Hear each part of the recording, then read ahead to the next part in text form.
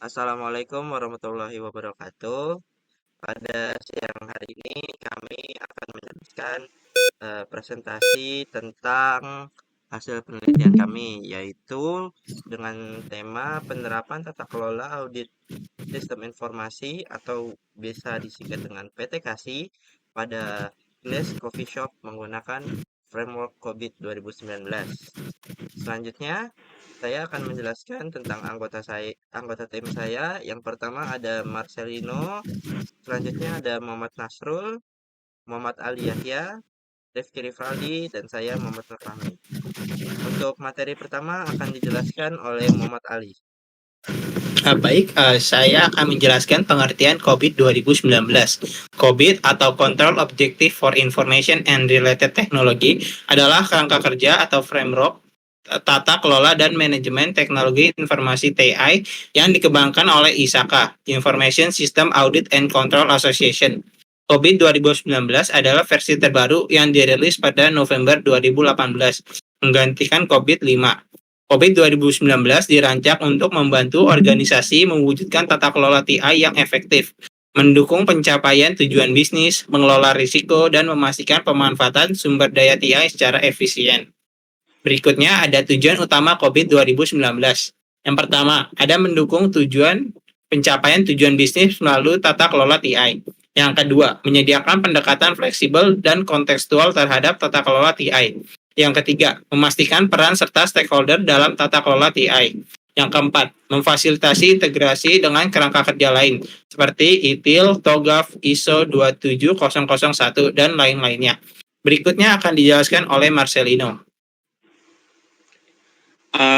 Versi COVID sebelum COVID-19. Untuk versi yang COVID 1.0 itu rilis tahun 96. Fokus utama itu audit control TI. Ciri khasnya itu framework awal dengan fokus pada control TI. Untuk COVID 2.0 itu rilis tahun 98. Fokus utamanya itu kontrol dan tata kelola. Ciri khasnya itu memperluas cakupan ke manajemen, bukan hanya audit. Yang ketiga itu COVID 3.0 itu rilis tahun 2000. Itu fokus utamanya itu tata kelola TI awal. Ciri khasnya itu menyediakan prinsip tata kelola TI yang lebih kuat. Untuk COVID 4.0 itu rilis tahun 2005. Fokus utamanya itu tata kelola dan kontrol risiko. Ciri khasnya itu integrasi dengan ITIL dan standar lain. Untuk versi 4.1, COVID 4.1 itu rilis tahun 2007. Fokus utamanya itu efektivitas, proses, dan integrasi. Ciri khasnya itu perbaikan pada pengukuran kinerja dan integrasi lebih lanjut.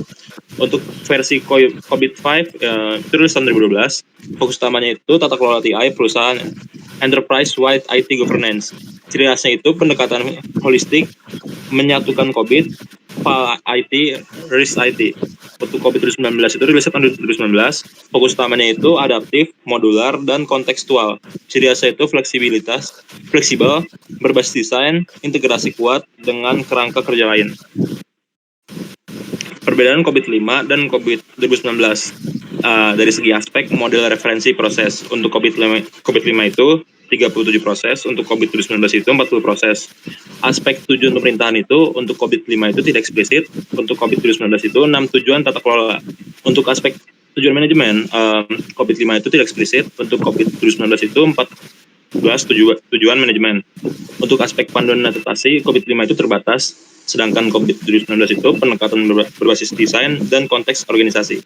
Untuk aspek update itu, COVID-5 tidak modular, sedangkan COVID-19 itu modular dan lebih mudah diperbarui. Untuk aspek integrasi, COVID-5 itu terbatas, sedangkan COVID-19 itu lebih baik dalam integrasi dengan standar lain. Okay. Komponen utama COVID-19.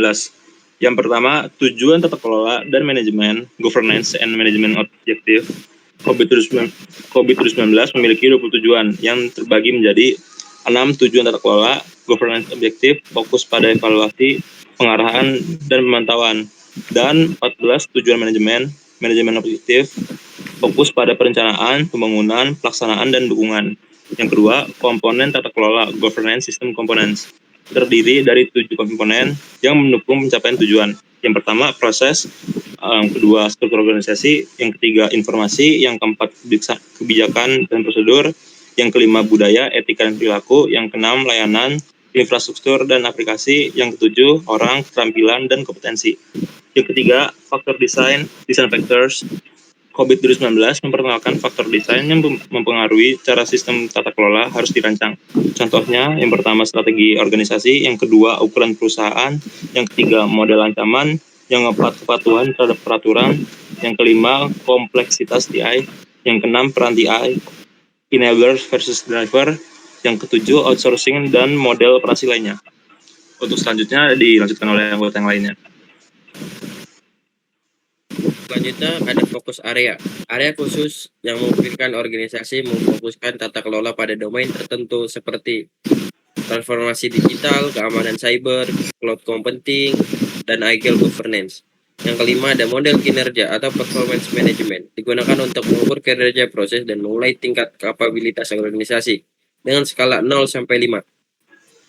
Skala level 0 tidak ada, skala level 1 dilakukan sebagian, skala level 2 dilakukan sepenuhnya, skala level 3 didefinisikan dan terstandarisasi, skala level 4 dikelola secara kuantitatif, skala level 5 dioptimalkan. Ada struktur dokumen COVID 2019, COVID 2019 Framework, Introduction, and Methodology. Jelaskan konsep dan kemudian COVID. COVID 2019 Governance and Management Objective. Rincian 40 tujuan berserta metrik, praktik terbaik, dan aktivitasnya. COVID 2019 Design Guide, panduan desain sistem tata kelola berbasis konteks organisasi. COVID 2019 Implementation,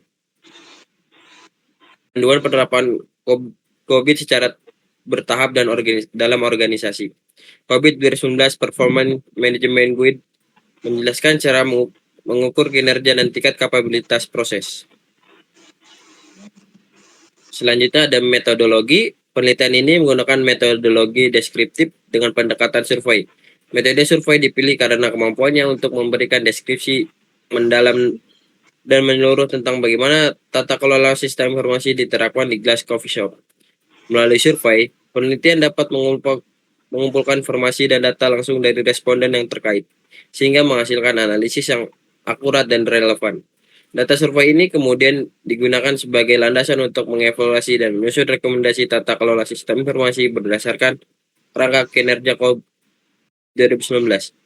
Seluruh tahapan penelitian dirancang secara sistematis guna memastikan setiap langkah dilaksanakan secara tepat dan selaras dengan tujuan yang telah ditentukan.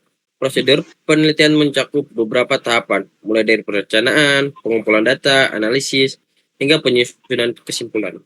Next. Selanjutnya adalah langkah-langkah penelitian mengacu pada kerangka kerja COVID 2019. Yang pertama ada perumusan masalah dan identifikasi, yaitu mengidentifikasi permasalahan utama terkait tata kelola sistem informasi pada Glass Coffee Shop.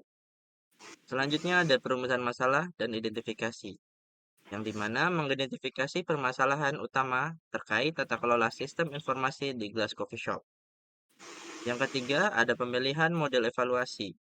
Menentukan model yang akan digunakan dalam mengevaluasi data kelola TI. Dalam framework COVID 2019, memilih domain spesifik dalam COVID 2019 yang relevan dengan penelitian, seperti APO 04, APO 06, BAI 09, DSS 01, dan DSS 03. Penelitian ini mengumpulkan data melalui observasi dan wawancara. Observasi digunakan untuk memahami secara langsung kondisi implementasi TI di Glass Coffee Shop, mencakup operasional, penggunaan sistem informasi, dan infrastruktur TI. Wawancara dengan pemilik, manajer, staf, dan tamu untuk bertujuan memperoleh informasi mendalam tentang kebutuhan bisnis, masalah TI, serta persepsi mereka terhadap tata kelola TI saat ini, dengan berfokus pada domain APO 04, APO 06, BAI 09, DSS 01, dan DSS 03 dalam COVID 2019. Selanjutnya yaitu beberapa pertanyaan yang akan disiapkan untuk wawancara. Yang pertama ada domain APO 04 tentang manage innovation, bagaimana upaya organisasi dalam mengelola ide inovasi terbaru. Selanjutnya APO 06 tentang manage budget dan cost, Pertanyaannya, bagaimana perencanaan dalam pengelolaan anggaran TI dilakukan? Selanjutnya, domain BAI09 tentang manage aset. Bagaimana organisasi mendata dan mengelola aset TI? Selanjutnya, domain DSS01 tentang manage operation. Pertanyaannya, bagaimana prosedur operasional harian TI dijalankan? Selanjutnya, domain DSS03 tentang manage problems. Pertanyaannya, bagaimana organisasi menangani dan menyelesaikan masalah TI? Selanjutnya, nah ini adalah hasil olah data dari responden, yang dimana kita menyiapkan dari 20 responden yang terdiri dari pemilik, kru, dan juga pengunjung. Selanjutnya ada menghitung model tingkat kematangan. Model kematangan adalah alat yang digunakan untuk mengevaluasi sejauh mana prinsip dan prosedur COVID 2019 telah diterapkan secara efektif, serta untuk menentukan tingkat kematangan yang dicapai. Model ini memungkinkan identifikasi area-area yang diperlukan dan membantu dalam merencanakan tindakan strategis untuk mencapai tingkat kematangan yang lebih tinggi, selaras dengan tujuan tata kelola TI yang diinginkan. Level 0 atau incomplete, pekerjaan mungkin dilakukan, mungkin juga tidak, dalam upaya mencapai tujuan tata kelola dan manajemen di area fokus tersebut. Selanjutnya level 1, yaitu inisial. Pekerjaan sudah dilakukan, namun tujuan penuh dan maksud dari area fokus tersebut belum sepenuhnya tercapai. Selanjutnya, level 2 manage, sudah ada pencapaian dan pengukuran kinerja,